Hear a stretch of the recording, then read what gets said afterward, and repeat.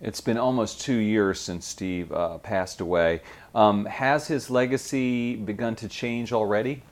I think Steve Jobs' legacy was always to think different. He loved the back of that last edition of the Whole Earth catalog that said, "Stay hungry, stay foolish." And I think he, every 3 or 4 years, felt he had to bring out something totally new. Like he did the Mac and he decided, okay, now let's do the iPod or the iPhone or the iPad. Things you never knew you were going to need. I hope his legacy at Apple is that he's ingrained that in the DNA of Apple. So even as they improve the iPhone as they did this week, even as they change the size of the iPad as they're doing, they also say, how do we disrupt television? How do we disrupt cameras? How do we disrupt wearable, computers like watches? How do we disrupt the textbook industry? How do we think different?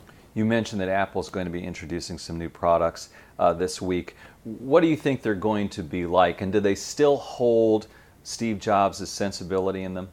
I think his DNA is in every product because Johnny Ive, Tim Cook, they were all, very close to Steve. So they'll be insanely great products, beautifully designed.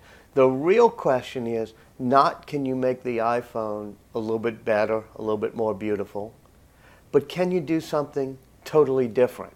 And that'll be the test for Apple over the next year is can they stun us by invading a new market, disrupting a new way of doing business?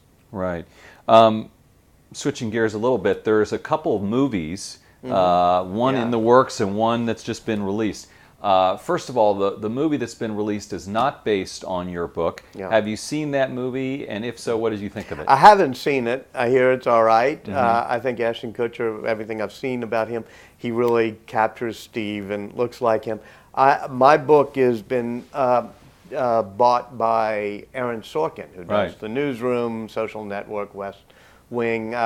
And I've enjoyed meeting with him because he's got a very deep, intense take of what he wants to do, which is 3 scenes, and to really capture both Steve Jobs and technology through a sort of brilliant look at 3 different scenes during Steve's career.